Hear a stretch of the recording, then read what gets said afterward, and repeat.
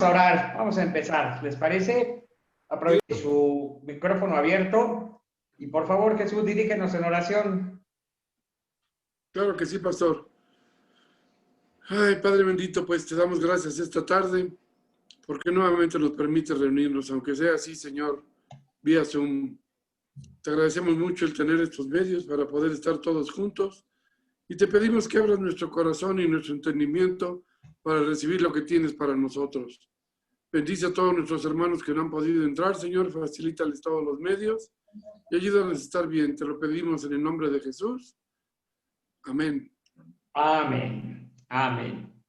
Muy bien. Pues vamos a leer en la primera carta del apóstol Pablo a Timoteo, en el capítulo 2. Si tienen ahí su Biblia a la mano, búsquenlo por favor, sote. Aunque voy a leer una versión que se llama la Biblia al día. No obstante, busquen ustedes en la Biblia que lo tengan y me van siguiendo con su vista la lectura, ¿ok? Cuando ya lo tengan, háganme una señita para que yo sepa que ya puedo empezar la lectura.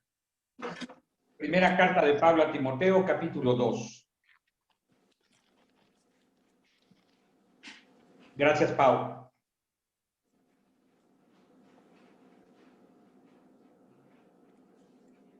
Y espero que algunos más se vayan ahí conectando en un ratito.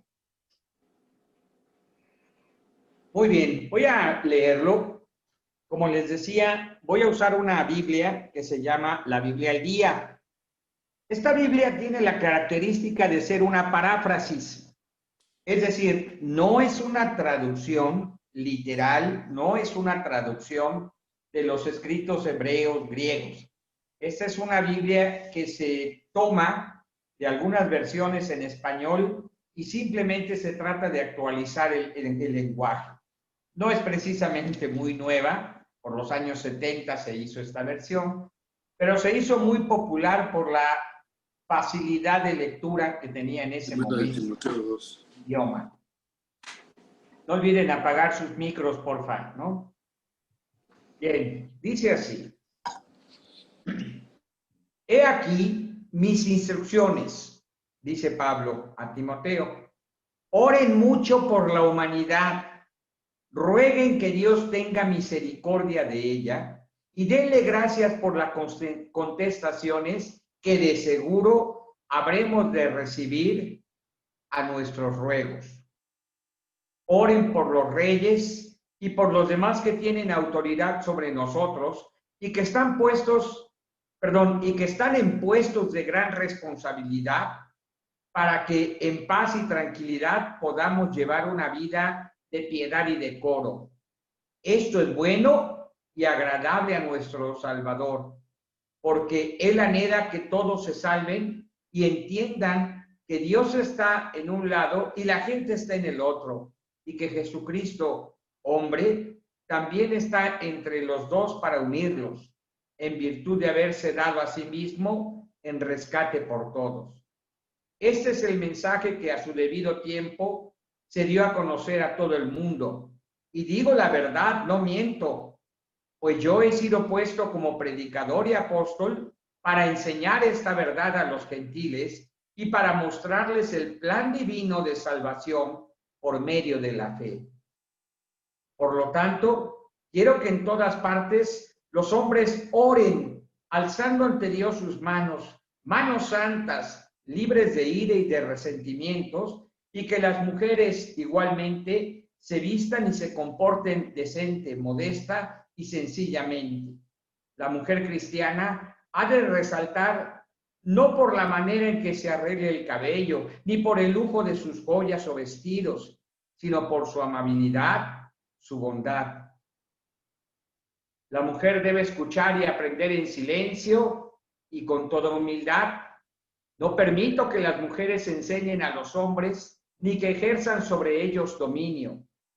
Deben guardar silencio en las reuniones de la iglesia, porque Dios hizo primero a Adán y luego a Eva, y no fue Adán el que se dejó engañar por Satanás, sino Eva, y de aquel engaño surgió el pecado.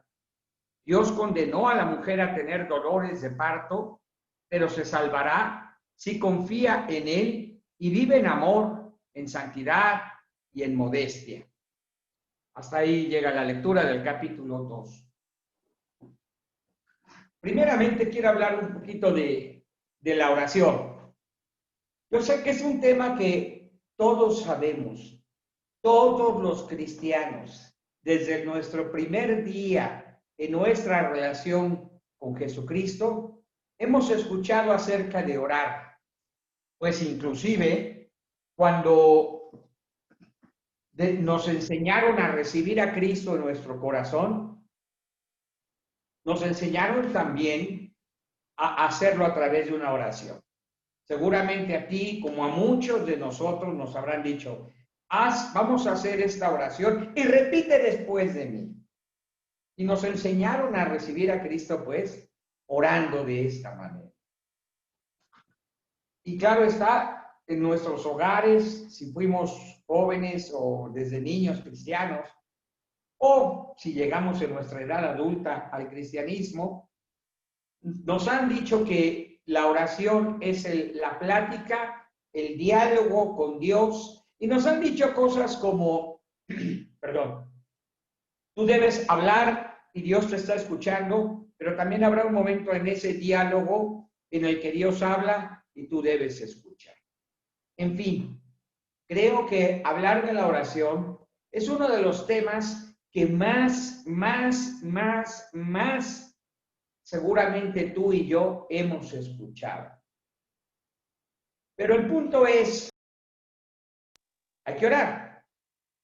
Hay que orar.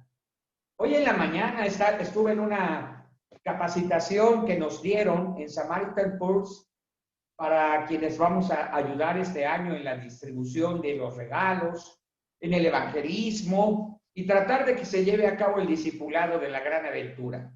Pero la primera cosa, escúchenme, la primera cosa que nos dicen, el primer valor, el primer fundamento en lo que se sostiene todo el ministerio, todo el año, durante todo el año, es en las reuniones de oración. Si algo me gusta y me sorprende gratamente en estas reuniones, es que nunca se deja de hacer una reflexión bíblica y oración. Y diario.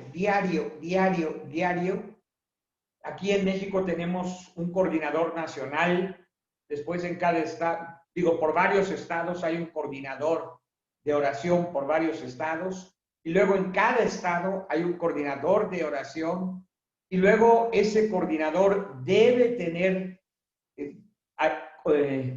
guerreros de oración en cada iglesia, para que se den una idea. Cuando una iglesia entra al programa de Samaritan Purse, debe anotar 5 nombres de personas adultas y 5 nombres de niños que se comprometen a estar orando diario por las peticiones que nos están compartiendo. En los diversos grupos de Samaritan Purse, diario hay una petición de oración. Casi todas ellas, en un 90%, 95%, tienen que ver con los niños.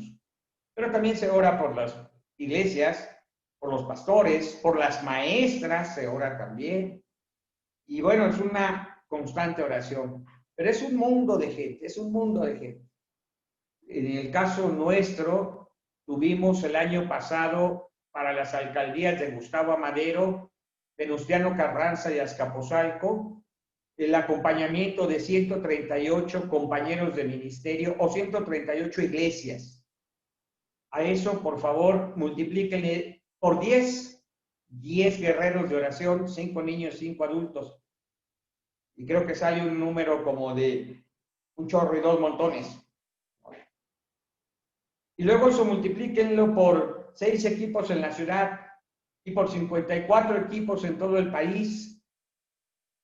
Más o menos se tienen 70 iglesias por cada tráiler, y el año pasado entraron 70 iglesias, serían 700 guerreritos de oración. Y el año pasado entraron 90 tráilers, nada más a este país. Multiplícalo por los miles que en el mundo forman parte de este ministerio. Oración. Oración. Tristemente, a veces las cosas que más sabemos son las que menos hacemos. Y no es por falta de conocimiento, es porque tomamos la decisión de no hacerlo, no obstante que sabemos que es bueno. Es como cuando nos dicen los doctores, no se preocupe. Y lo primero que pensamos, contestamos, y la primera reacción en el corazón es, ¿cómo no me voy a preocupar? Coma bien. Y lo primero que hacemos es comprar refrescos. Descanse. Y lo primero que hacemos es andar como caballitos todo el día corriendo, corriendo, haciendo. Sabemos lo que es bueno. Sabemos lo que nos hace bien. Y orar es una cosa que espiritualmente nos hace muy bien. Guillermo Sánchez, ya te vi. Dios te bendiga. Hasta Oaxaca todavía, espero. Bien.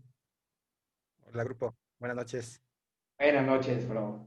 Bien, decía yo, no es que juzgue, pero amados, creo que todos sabemos que en la medida que comamos bien, estaremos mejor de salud. En la medida que descansemos o que aprendamos a no estar estresados por todo, estaremos mejor de salud. Y en la medida en la que estamos invirtiendo nuestro tiempo y nuestra atención en orar también estaremos mejor espiritualmente. Pero algo que he visto como una constante en la vida de los cristianos es que hacen 10 cosas y lo pongo en función como de una balanza, mientras que si acaso oran 1. Es decir, hay una proporción de 10-1 entre hacer 1000 cosas pensando que son para Dios y una que es doblar las rodillas y orar.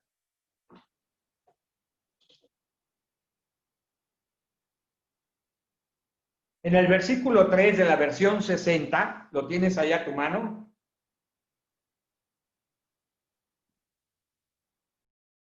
¿Tienen ahí en su mano? Alguien levánteme su manita. Bien.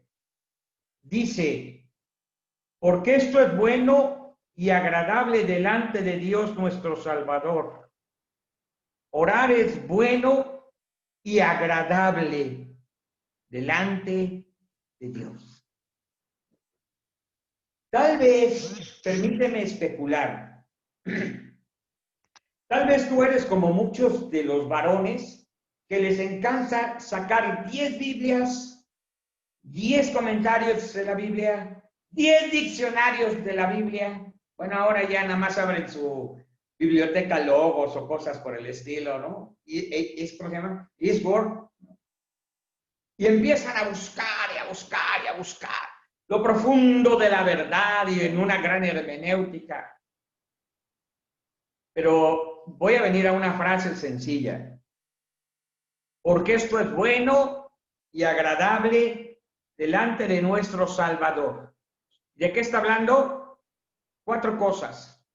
Rogativas, oraciones, peticiones y acciones de gracias. Verso 1. Exhorto ante todo a que se hagan rogativas, oraciones, peticiones y acciones de gracias. Lo voy a leer nuevamente en la versión La Biblia al día. Estas son mis instrucciones, dice Pablo. Oren mucho por la humanidad. Rueguen que Dios tenga misericordia de ella. Denle gracias por sus contestaciones denle gracias por sus contestaciones y por los ruegos que han hecho. Podríamos decir que son 4 cosas o gramaticalmente, como eso es un paralelismo un paralelismo simple de sinónimos. Algo que en la literatura judía se hace es repetir una misma idea varias veces. En este caso, con sinónimos, 4 palabras para decir lo mismo. Oren, oren, den gracias, rueguen, pidan, intercedan. Pero lo que está diciendo es, oren. ¿Cuántas veces necesitan decírnoslo para que tengamos esta experiencia? Amados, yo sé que somos muy dados a estudiar, a leer, a memorizar, a escuchar la Biblia. No está mal, pero a Dios le parece agradable y nos está llamando a tener tiempos en los que solo estés delante de Él. Y sí, puedas hablar con libertad, pero también venga un tiempo después para escuchar. Pero luego nos damos cuenta cuando la gente no ora, porque como los fariseos, el día que les toca orar, hacen toda una declaración de verso tras verso de la Biblia. Y las oraciones que aquí se nos invitan a hacer son por cosas muy prácticas. Veamos dos cosas o 3 de ellas. Una, por toda la humanidad. Qué terrible tiempo de la pandemia. Cuántas cosas terribles están pasando. Gente enfermando, gente muriendo, familias pasando por el duelo, por la tristeza, por el dolor. Aunado a ello, la condición económica de muchos se ha venido a menos por la misma pandemia. Y afrontar una cuestión de enfermedad con los mínimos recursos económicos es una carga. Ese es el tiempo precisamente para orar, interceder, pedir, clamar, que Dios tenga misericordia. Decía yo en algún momento, en otra predicación, tal vez no es orar que Dios detenga la pandemia, aunque podemos orar eso si está en nuestro corazón. Pero oremos por las personas. Oremos por las personas. Seguro es que alrededor tuyo ya has oído o visto de cerca familiares, amigos, conocidos, compañeros de trabajo que han enfermado o familiares de ellos que han enfermado. Y pareciera, ¿sabes qué? Es muy terrible, que nos estamos acostumbrando a que esto sea así. ¡Ah, la pandemia! 62,000 muertos. Bueno, pues, está bien. Creo que a veces no predicamos el evangelio porque no tenemos ese peso sobre nuestros hombros de la humanidad. Y eso solo va a suceder cuando te metes con Dios y dejas que Dios trate contigo y vuelva a tocar tu corazón y nos vuelva a ser sensibles a el dolor de las personas. Pero necesitamos doblar también las rodillas para que podamos delante de Dios ser tocados por el Espíritu Santo. No sé cuándo fue la última vez que tú lloraste por la humanidad. Pero si no lo has hecho en este tiempo de la pandemia, creo que te urge pararte, detenerte y hablar con Dios de una manera muy honesta. Porque hay gente que de verdad está muriendo. Y si has sido fiel en estudiar las Escrituras, sabrás que muchos de ellos, si no les compartimos el Evangelio, puede ser que pasen la eternidad en el lago de fuego. ¿No te pesa? O no sé, tal vez es solo algo que los pastores aprendimos y no es para toda la gente. Pero yo no creo que sea así. Yo creo que este peso por la humanidad, orar por ellos, es para todos nosotros, para ti, familia. Oren por los reyes, por los que tienen autoridad sobre ustedes. los que están en puestos de gran responsabilidad, para que podamos vivir con paz y con tranquilidad, para que podamos vivir con piedad y decoro. No es entre nosotros, pero creo que necesitamos a veces también, así como hacemos algunos comentarios, algunas críticas de las cosas que no nos gustan del gobierno y de los gobernantes, también necesitamos abiertamente, ahí en las redes sociales, decir, y yo estoy orando por él, por el presidente, por los secretarios. Es cierto, tal vez no nos gusta cómo son este partido, aquel partido, el otro partido. Pero aquí el mensaje es muy claro, ¿eh? Aquí el mensaje de parte de Dios es orar. Es orar por ellos.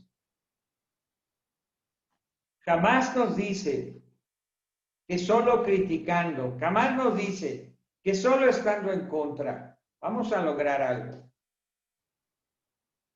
Conste, yo también soy uno que está diciendo, no me gustan algunas cosas que veo.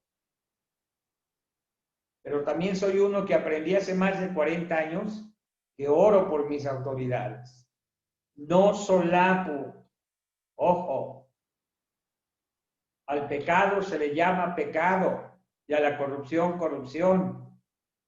Pero al que Dios haya puesto hay que orar por él, porque es Dios quien dice que oremos para que ellos sepan gobernar con justicia y entonces nosotros tengamos la bendición de paz, tranquilidad, el poder vivir con piedad y decorosamente. Algo que, por cierto, hoy está completamente en riesgo. Tratar de vivir con la piedad cristiana está en riesgo y vivir decorosamente está en riesgo. Pero no solo hagamos una cosa, necesitamos también, en serio, orar por él. Y oramos por los que estaban en eminencia, aquí en este país, obviamente, presidentes, secretarios, diputados, senadores, de otros partidos, en otros sexenios. Y la condición no cambia. Qué terrible. Sabemos hacer lo bueno y no lo hacemos. Y por cierto, el que sabe hacer lo bueno y no lo hace, comete un pecado. Eso dice el Señor en la palabra. La oración no es una de las armas en la armadura de Dios para nosotros. La oración es la actitud con la que usamos toda aquella armadura de verdad, de justicia, de salvación, del evangelio, de la espada, de la fe. La verdad es la actitud con la que llevamos todo esto en la vida y lo usamos. La oración no está representada en ninguna de esas partes de la armadura.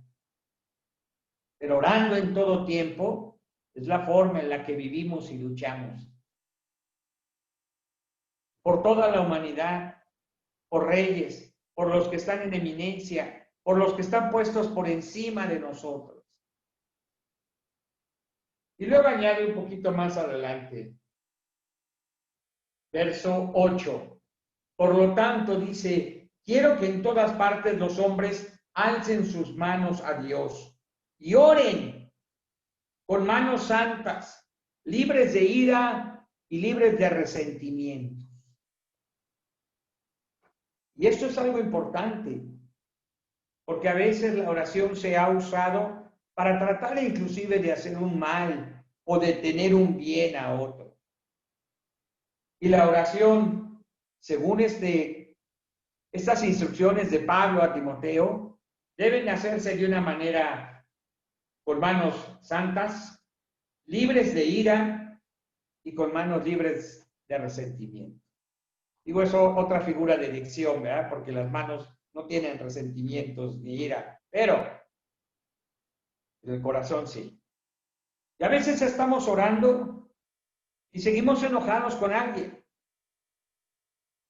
Estamos orando y seguimos teniendo resentimientos. Predicaba yo el domingo sobre el perdón. Si no hay perdón de tu parte, tú mismo cierras las ventanas de los cielos.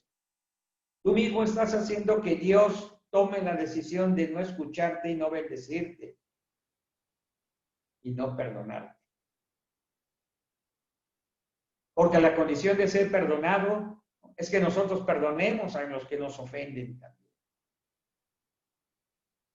La oración no es algo tan sencillo, tan trivial como doblar mis rodillas y hablar. Conlleva toda una decisión madura en el corazón. Conlleva toda una actitud, una visión de vida. Conlleva tener el corazón de Dios para poder orar conforme al corazón de Dios, la voluntad de Dios para nuestras vidas. Y cuando nosotros digamos, perdóname, Señor, es porque también nosotros estamos decidiendo perdonar, soltar, librar.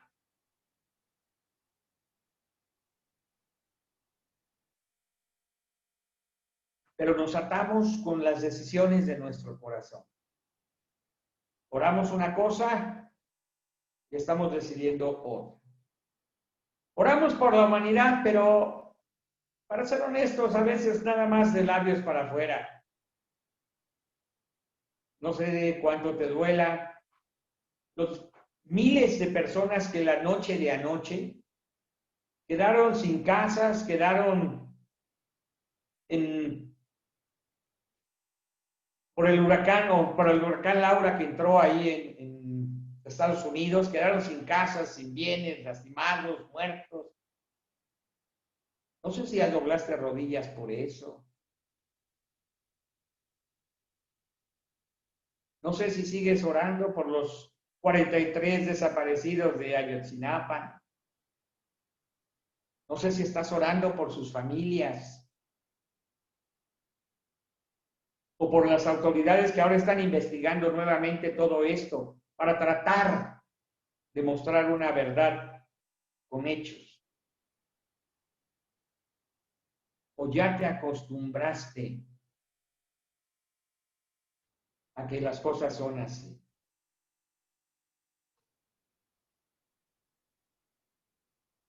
Tremendo, ¿no? Cuando Pablo le está llamando a Timoteo a estas cosas, tampoco se encontraban en una situación, pues digamos, fácil. Pablo había dejado a Timoteo o lo había enviado a la ciudad de Éfeso, aquella ciudad donde Pablo había sido perseguido, golpeado, arrestado. Aquella ciudad donde la adoración a la diosa Artemisa y a la diosa Diana, ¿no? Una de los griegos y la otra de los romanos, habían provocado que fuera Pablo golpeado, que fuera arrestado, decía yo hace un momento. Una ciudad que vivía de una manera tan mundanal, que por eso se hace esta exhortación a las mujeres de no tratar de mostrar su religiosidad, su vida espiritual, con cosas ostentosas y adornos externos. Porque parte de la adoración, sobre todo a Artemisa, se daba de esa manera de la parte de los ricos. Se dice que en ese templo era tal la devoción que se tenía a esta diosa, que se llevaba dinero, oro, cosas valiosas, y se dejaban ahí y nadie robaba, porque la gente tenía reverencia, adoración, respeto. Y era tal la cantidad que se daba, que el templo de Artemisa se convirtió en uno de los primeros bancos, porque ese dinero, esos tesoros que entraban ahí, después se prestaban a los comerciantes para que ellos siguieran haciendo su fortuna. Y lo mismo sucedía en menor escala con la diosa Diana. El templo de Artemisa era mucho más hermoso, mucho más grande. El de Diana también era hermoso, pero no lo era tanto, no tan grande, pues. No obstante, el revuelo, si ustedes recuerdan, fue porque los vendedores de figuras de la diosa Diana vieron mermados sus ingresos por la predicación de Pablo. No era una situación fácil tampoco. Decirle a Timoteo, enséñale a la iglesia, a los residentes de Éfeso, a los hermanos de esa ciudad que se han recién convertido a Cristo, enséñales a que oren por sus autoridades. Griegos con autoridades romanas, enséñales a que oren. Ustedes, griegos que fueron conquistados, oren por sus autoridades romanas. Por los que están en eminencia, oren por ellos. Una cosa, digo yo, tampoco nada fácil. Pero el consejo era ese. Y el mensaje era sencillo, era el mismo. Dios anhela que todos los hombres se salven y entiendan que Dios está en un lado y la gente está en otro. Y que Jesucristo, que se hizo hombre, está entre los dos para unirlos en virtud de haberse dado a sí mismo en rescate por todos.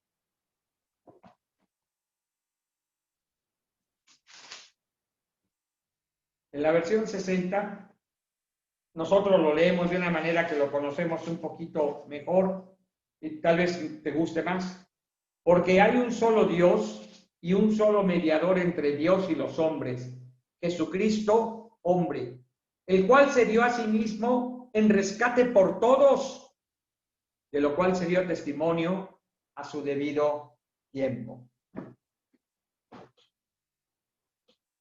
La salvación no es para unos solos. La salvación no es solo para los que nos caen bien. La salvación no es solo para los que, a nuestro juicio, deberían ser salvos.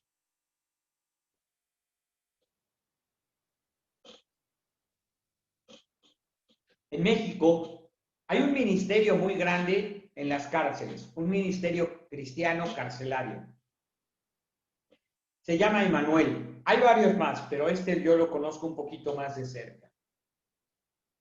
Y he conocido a varios ex convictos que conocieron a Jesucristo en la cárcel por este ministerio y ahora son pastores. Gente que tal vez, si tú y yo fuéramos los que decidimos quién se salva o quién no, dado el pasado de estas personas, tal vez diríamos, yo a este no lo dejo que se salve. Tal vez diríamos, la verdad este no lo merece. Recuerdo muy bien a dos reos que conocí en la cárcel de Oaxaca, uno por homicidio, y era el pastor de la iglesia y el líder de la cárcel. Y cuando él sale, sé que era otro muchacho que era narco de Sinaloa y estaba allá preso en Oaxaca, también cristiano.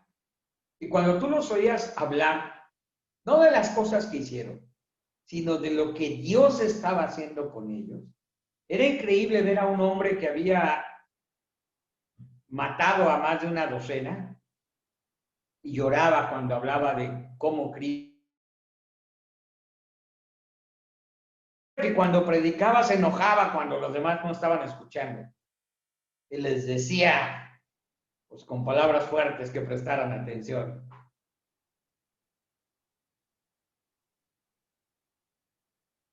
Amados, nos toca vivir un tiempo, digo yo, diferente, pero creo que, no sé cómo decirlo, que genera una expectativa de qué es lo que Dios va a hacer. Yo veo cómo las cosas del mundo, cómo la gente en el mundo y cómo las ideologías del mundo están emergiendo y se están empoderando. Y yo tengo esta sensación de que sabiendo que Dios es más grande y más fuerte, sabiendo que Dios tiene el control y que en todo lo que mis ojos vean, Dios verdaderamente tiene un plan y un propósito. Más que estar cargado y ay, Señor, yo estoy orando que la salvación de Dios se manifieste a cientos y a miles en este mundo de la pandemia. Que miles de gentes vengan a los pies de Cristo y conozcan a Jesucristo como su Señor y su Salvador. Ahora que el mundo abiertamente está diciendo, esto es lo que nosotros creemos, no queremos las reglas del cristianismo, ahora es cuando yo creo y estoy expectante de verdad, ¿qué va a hacer Dios? Ese Dios que solo hace maravillas, ¿qué va a hacer? ¿Cuántos dirían amén conmigo? Eso. ¿Qué va a hacer? No sé si tú lo has pensado, pero wow. Cuando abundó el pecado, ¿alguien se sabe lo que sigue? Sobreabundó la gracia. Sobreabundó la gracia. Sobreabundó la gracia. ¿Cuántos dirían conmigo, gloria a Dios? Amén, gloria a Dios. Gracias. Familia, este es el tiempo de orar, de creer, de esperar a ver la mano fuerte de Dios y de movernos para hacer cosas grandes y más, mucho más grandes y maravillosas de las que hemos hecho. No es tiempo de meter la cabeza en la tierra, no es tiempo de escondernos en las cuevas, no es tiempo de hacer fortalezas, no es tiempo de irnos a la clandestinidad. Es el tiempo de que si el mundo abiertamente dice una cosa, nosotros en el nombre de Jesús hagamos proezas. Cosas más grandes y más maravillosas. Que el mundo saca leyes, nosotros oramos. Que el mundo dice ideología de género, nosotros decimos santidad y seguimos orando. Compartimos el evangelio. Y créanme, cuando el Espíritu Santo toca el corazón de una persona, nadie se resiste. No hay quien pueda resistirse al Dios Todopoderoso. Al Dios Todopoderoso. Adonai, El Shaddai. ¿Recuerdan? Algunos han estado entrando los lunes. Bien, amados. Una última cosa. Siempre esta última parte genera un poquito, pues, de discusión. Cuando dice Pablo a Timoteo, verso 9. Quiero que las mujeres se vistan con ropa decorosa, con pudor, con modestia, no con peinados ostentosos, no con oro, no con perlas, no con vestidos costosos, sino con buenas obras como corresponde a mujeres que profesan la piedad. Parte de esto, como decía, es por el culto a estas dos diosas. El matriarcado que se vivía en la ciudad de Éfeso era tremendo. El matriarcado es una deformación. Escúchame con claridad. El matriarcado es una deformación del orden de Dios para la creación. No, tampoco es cierto que el machismo sea voluntad de Dios. Hay un orden de Dios donde cada cosa tiene su lugar y su razón de ser.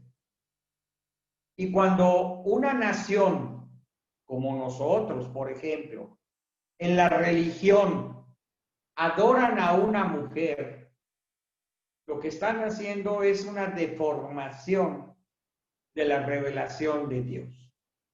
Cuando en México se dice la madre de Dios, lo cierto es que están, blasfemando, porque la revelación de Dios nos muestra que No son así las cosas.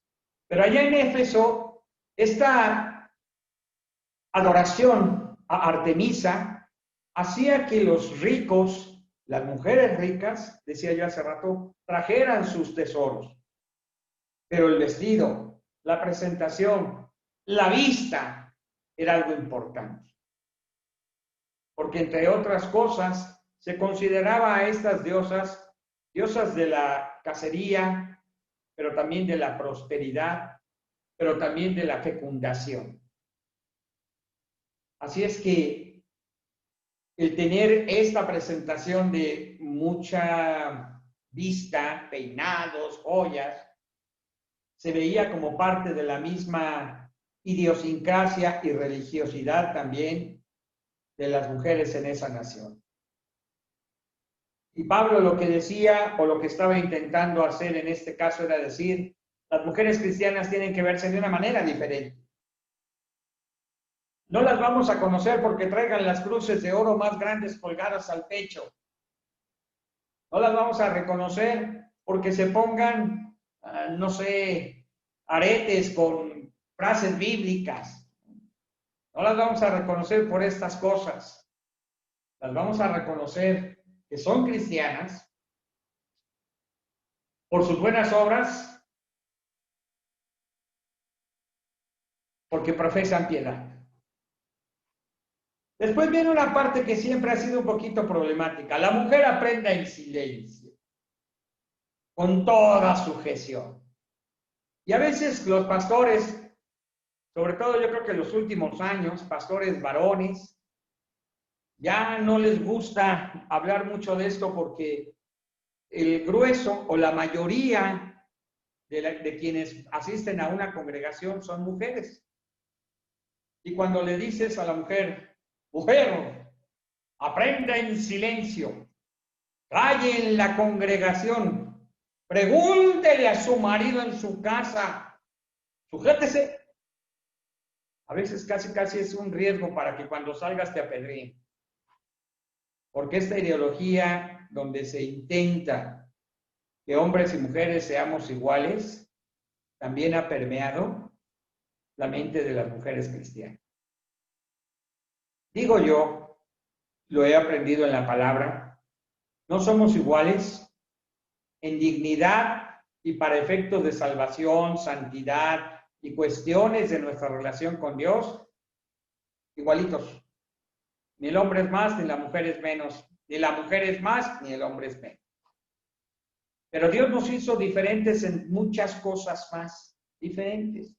A los hombres los hizo hombres y a las mujeres las hizo mujeres. Y no hay manera de que seamos iguales. Pero también en los roles de la vida y de la familia nos dieron roles que cada uno tiene que llevar. El del varón es cabeza. Y una de las cosas que los varones deben siempre recordar, corríjome, una de las cosas que los varones siempre debemos recordar es que ser cabeza es ser los responsables. No podemos nunca podremos contestar como Adán, la mujer que tú me diste, los hijos que tú me diste. No. Siempre ser varón será ser cabeza. No es dar órdenes, no es mandar, no es tomar decisiones, no es imponerse, ni mucho menos ser abusivo, por no decir otra cosa, gandalla. No. Yo he enseñado que ser cabeza es amar, cuidar, proteger y proveer. Amar, cuidar, proteger y proveer. No mandar. Y ser responsable. Ser cabeza es un día pararnos delante de Dios y dar cuentas de nuestra casa. Y ser responsables por las consecuencias. En alguna ocasión, en una clase de teología, les decía, pareciera que cuando Dios le dice a la mujer que en el parto tendrá dolores, con dolores va a parir, y eso es cierto. Digo, a mí me han contado, yo nomás ahora sí que de oídas. Pero también les preguntaba a las damas presentes en esa clase, ¿y ustedes han considerado la parte que al varón se le dijo? Por causa tuya, al varón, maldita será toda la tierra.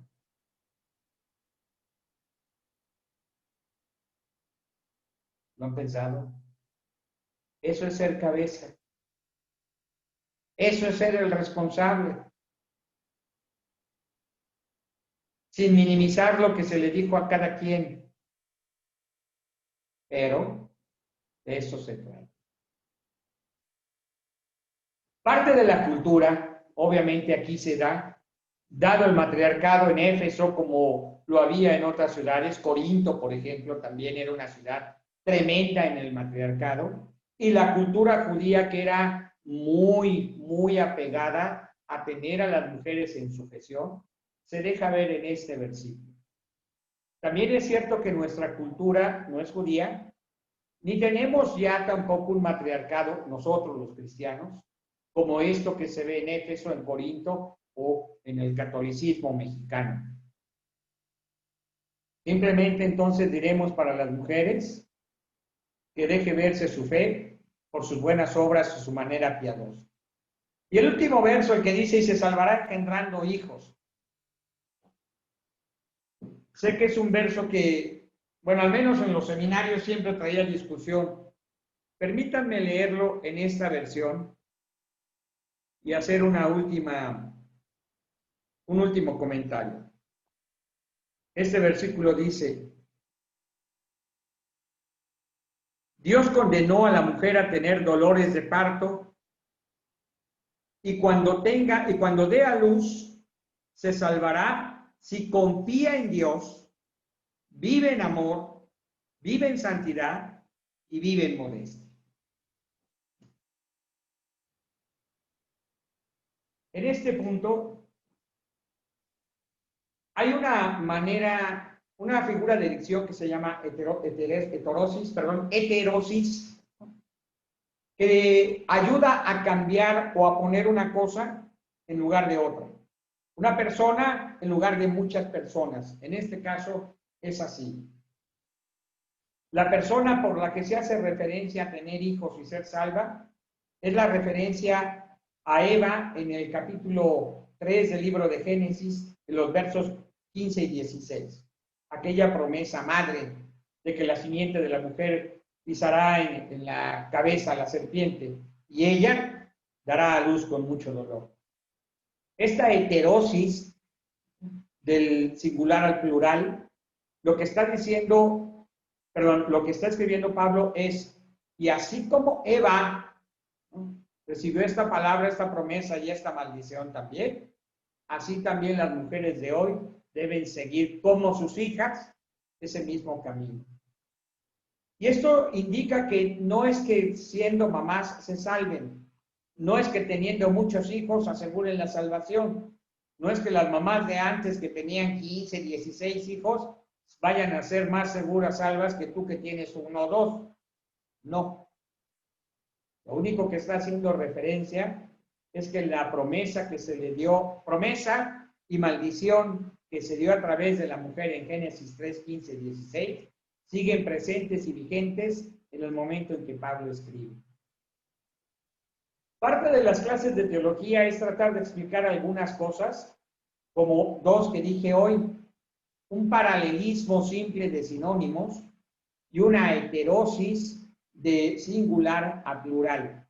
Son figuras de dicción que se usan en la literatura hebrea y que sirven para que el autor escriba algo que los que conocen la cultura lo pueden entender en su contexto. Tal vez para nosotros usar 4 palabras como orar, rogar, pedir y tener acciones de gracia pudieran verse como un pleonasmo y un error o pudieran verse como 4 cosas diferentes. pero el paralelismo lo que dice es una cosa y se está enfatizando. También la heterosis es una manera de enfatizar algo. Pero bueno, esto lo explicaré cuando lleguen el tema de figuras de dicción en las clases de teología que damos los lunes. Ya no falten, ya no falten. Hoy por hoy quiero decirte, la oración es un distintivo, debe ser un distintivo, debe ser una característica de tu vida cristiana. No te esfuerces en orar, solo decide orar. No te esfuerces poniendo un reloj y viendo cuánto tiempo voy a orar. Solo ora. Hoy por hoy hay tantas peticiones de oración en tantos grupos, tan solo nuestro grupo, el grupo de la Iglesia Comunión, gracias a Ale, tiene por ahí cada semana un recordatorio de las muchas peticiones de oración que tenemos, por sanidades, por trabajo, por familias, por conversiones. Y de repente hay algunas peticiones ahí que se ponen de manera urgente. Tenemos muchas, pero yo estoy seguro que en otros grupos que tú estás hay más peticiones de oración. Solo ora. En algún momento, de ser posible, desconéctate en tu cel. Sé que las peticiones están en el celular. Ok. Ponle modo de avión. Y con eso, mientras estás orando, ni te van a entrar llamadas, ni te van a entrar mensajes, ni te va a entrar nada que te distraiga o te moleste. Ponte a orar. Es así, sencillo. Decía yo de las autoridades, pues yo creo que todos las conocemos. Por bien o por mal, porque nos caigan bien o nos caigan mal. Pero ora por ellos. Quiera Dios, que antes de que este sexenio termine, el señor López Obrador se convierta a Jesucristo. Si es o no un buen presidente, eso será otra cosa. Pero Jesucristo murió por él. Y pagó con su vida y con su sangre lo mismo por él, lo mismo por los gobernadores, lo mismo por los presidentes municipales, por diputados, por senadores, que pagó por ti que estás esta noche aquí conectado. El mismo pago, porque tenemos el mismo valor, porque el deseo de Dios es que todos se salven, que todos procedamos al arrepentimiento. Ora por la humanidad. Hoy por hoy, quienes tienen las preferencias lésbico-gay se han abierto al mundo y están peleando y defendiendo sus derechos. Podemos estar o no de acuerdo, pero ya oraste por su salvación. Porque también es cierto que si cualquiera de ellos se arrepiente, si conoce y acepta a Jesucristo como su Salvador, habrá una transformación radical en su vida. Pero si no, podrán pasar la eternidad en el lago de fuego, donde será el lloro y el crujir de dientes. Por los sicarios, por los narcos, por tu vecina, por tu vecino, por los ancianos, por los niños. Ora por la humanidad. Hay tantas cosas que cuando tú doblas las rodillas, el Espíritu Santo empieza a ponerlo en tu corazón y en tu mente para que tú puedas orar. Recuerdo que hace algunos años yo hacía una lista de las peticiones de oración y obviamente mis listas eran... Pero cuando terminaba la lista, yo pensaba que ya podía terminar de orar. Pero con el tiempo y con los años, me he dado cuenta de cuántas cosas hay para orar, como una petición, como una acción de gracias, que no están en mis listas. Y entonces, no dejé las listas porque la verdad a mí sí me ayudan. Esa lista que nos pone Ale, a mí me ayuda mucho. Esa lista que aparece en Red Comunión, cada martes por las peticiones de oración, esas peticiones de oración que aparecen en los grupos de la Gran Aventura de Samaritan Purse, a mí me ayudan. Pero también es cierto que llega un momento en el que dejo que el Espíritu me diga, me muestre, me lleve a orar por lo que Él me está diciendo. ¿Y tu familia? ¿Te animas a orar mucho más? Mucho más. Mucho más. Yo oro que así sea. Que haya un avivamiento de oración en nuestra iglesia.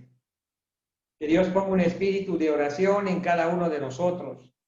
Un anhelo, un fuego, un ardor por orar y por orar.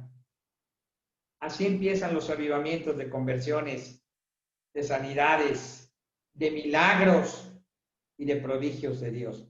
Si tú has estado en algún avivamiento de Dios, sabes que te digo la verdad.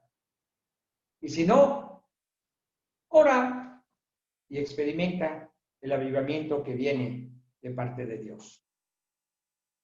Que el Señor les bendiga, familia. ¿Cuántos me dicen amén? Pues qué gusto tenerlos a todos por aquí. Seguimos con la idea de en Red Comunión llegar a 500 casas. Mañana vamos a hacer un conteo, pero estimamos que ya estamos sobre las 300 casas reales compartiendo cada semana el Evangelio de Jesucristo. Y la idea es que para terminar septiembre estemos cercanos a las 400 casas, escuchando la palabra entre semana y los domingos. Así que ayúdanos, invita a otros, haz tus grupos, tú mismo haz tu predicación con grupos de tu familia y adelante. Todas las casas que tú tengas, donde tú compartas, todas las familias que lleguen a tu estudio bíblico, también son parte de lo que Dios está haciendo con todos nosotros, predicando el Evangelio. ¿Vale? Amén. Que Dios nos los bendiga, que descansen, abran sus libros, saludémonos.